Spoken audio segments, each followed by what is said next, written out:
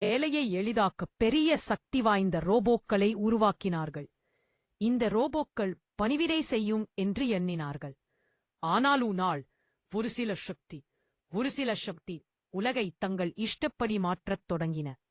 வானளாவிய கட்டிடங்கள், எங்கும் எந்திரங்களின் இரைச்சல் மற்றும் மனிதர்களின் பயம்.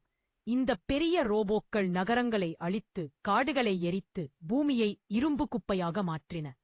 ஆனால் மனிதர்கள் கைவிடவில்லை. ஒரு சிறிய குழு ஒன்று திறந்தது. அவர்கள் எஞ்சியிருந்த தொழில்நுட்ப அறிவையும் தைரியத்தையும் கொண்டு ரோபோக்களை எதிர்க்க முடிவு செய்தனர். அவர்களில் ஒரு பெண் பெயர் ஆரா.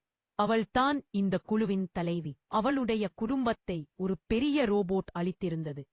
ஆரா ஒரு பழைய ஆய்வகத்தில் ஒளிந்திருந்த விஞ்ஞானிகளை கண்டுபிடித்தாள். அவர்கள் ஒன்றாகச் சேர்ந்து ரோபோடையின் பலவீனத்தை கண்டறியும் முயற்சியில் இறங்கினர்.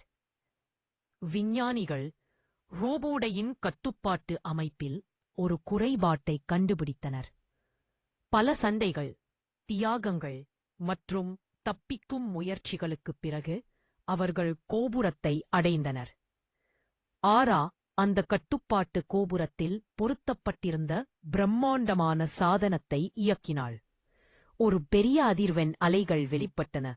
உலகெங்கிலும் ரோபோடை குழப்பமடைந்தன. சில முடியத்துச் சிதறின. மனிதர்கள் மீண்டும் பூமியை கட்டியெழுப்பத் தொடங்கினர். அவர்கள் கற்றுக்கொண்ட பாடத்துடன் தொழில்நுட்பத்தை புத்திசாலித்தனமாக பயன்படுத்தவும் இயற்கையுடன் இணைந்து வாழவும் உறுதி பூண்டனர்.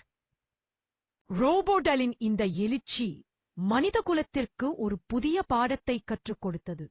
அதிகாரத்திற்கு ஒரு வரம்பு உண்டு. மனிதநேயம்தான் மிகப்பெரிய